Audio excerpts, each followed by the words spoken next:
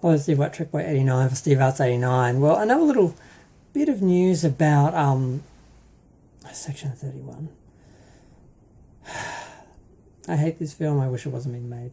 I wish they were making a Giorgio film set before the Klingon War, the Battle of the Binary Stars. That would have been interesting to see Michelle Yeoh playing an actual Starfleet captain exploring space. That's Star Trek. Section 31 is the complete opposite of what Star Trek is and is supposed to be, and is an absolute abomination.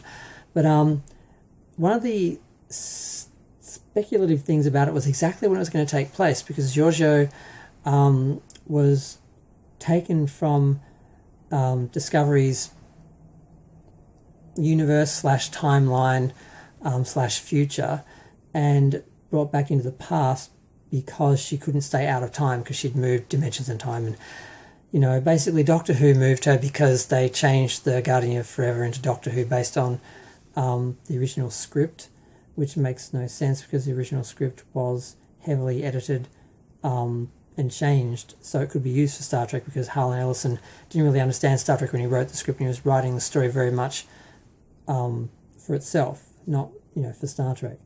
So that just made a mess out of it. So you sort of don't really know where she was going, what time she was going to go. It could have been anywhere. The assumption was it would be either Discovery's timeline, because they have all the sets, a lot of the sets still from the first and second season, and they could save money that way, or it would be set in the Strange New Worlds universe because they're filming, so they could just walk straight into those sets as well because they need to save money.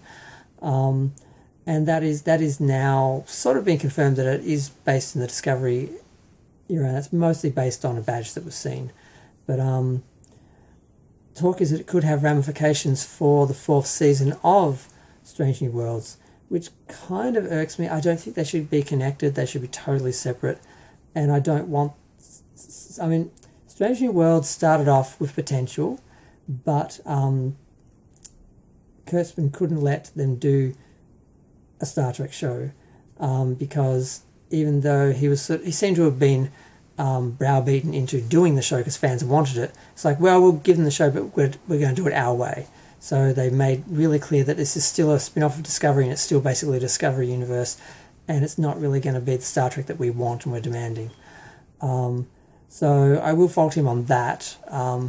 But it's just... It could have been really good had that not happened. And the first season was kind of okay. It had a couple of good episodes and a couple of bad episodes, but it had potential. I thought it was going to get better in the second season. But second season, it just got worse. They just doubled down on the idea of redoing things that already existed in Star Trek, even though it totally contradicts, what supposedly happened in supposedly the same universe, making it either incompatible or proof that it is a different universe. It's definitely a different timeline, even though Akiva Goldsman doesn't seem to understand how time works and timelines and universes work, because he's trying to explain to people, no, everything's different, but it's the same timeline, it's just everything's different now. And it's like, oh God. Okay. But yeah, so I don't want them making Strange New Worlds worse by whatever mirror universe trash happens being dragged into Strange New Worlds, because Strange New Worlds started off okay and it's kind of gone bad, and I'm really hoping the third season will take a step back and go back to more of what they were doing in the first season and what people want, which is actual Star Trek and actual Star Trek episodes. And even though it does seem like a bit of a parody at times, it did have a few moments in a couple of episodes where it felt like Star Trek for like a couple of episodes, and one from the second season really was a great episode. But the rest, including the musical episode, was a disaster. Why they didn't do that in Lower Decks, which is just perfect for something like that, or why they didn't do it just as a different format and just do a musical episode. Instead, they created a ridiculous science fiction excuse for all this singing to happen in the real world. We're supposed to believe people are really singing,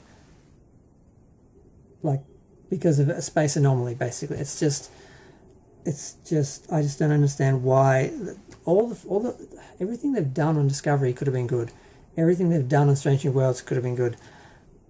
But they always manage to go in the wrong direction every time, because they either don't know what Star Trek is, or they're trying to do something different because, IP reasons or whatever other issues are. But I'm going to go. Feel free to share, like, comment, subscribe. Let me know what you think. I understand they've got to save money and set in the same universe and use the same sets and design and everything, but I don't want them to, make Strange New Worlds worse, because it could be saved. It's so close to being good, it could be saved. But we'll see. I'm going to go. Bye.